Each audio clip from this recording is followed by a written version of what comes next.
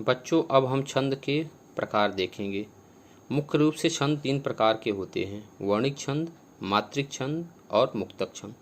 वर्णिक छंद जिसमें कि वर्णों को विशेष रूप से ध्यान रखा जाता है जब छंद की रचना की जाती है, और लघु गुरु का भी विशेष रूप से ध्यान रखा जाता है, इसलिए इसे वर्णिक छंद कहते हैं। इसमें प्रमुख रूप से मालनी, शिखरणी वर्णिक छंद आते हैं। इसके बाद आता है मात्रिक छंद।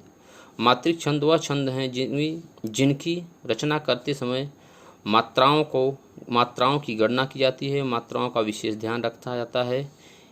इसके प्रमुख जो उदाहरण हैं दोहा है, सोरठा है, चौपाई है इत्यादि। इसके बाद आता है तीसरा मुक्तक छंद। आधुनिक समय में मुक्तक छंद विशेष रूप से लिखे जा रहे हैं। मुक्तक छंद में किसी नियम का प्रयोग नहीं किया जाता है, ना ही किसी मात्रा का ही कोई गणना होती है, ना ही किसी वर्ण या लघु गुरु की कोई गणना की जाती है। अगला आता है छंद चौपाई छंद।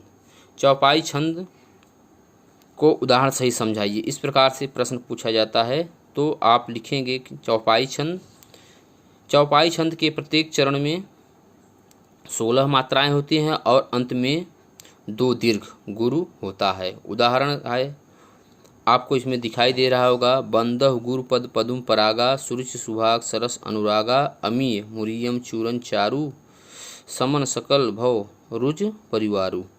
इसमें आप देखेंगे कि लघु और गुरु मात्राओं का जो है वह जोड़ा गया है, उसका नीचे संकेत आपको दिया गया है। आप इसमें देखेंगे कि आपको हाईलाइट किया गया है। इसके बाद आता है दोहा छंद। दोहा छंद इस छंद के पहले और तीसरे चरण अर्थात पंक्तियाँ, जिसको हम लाइनें भी कहते हैं, में 13-13, दूसरे और चौथे चरण अर्थात पंक्तियों में 11-11 मात्राएं होती हैं।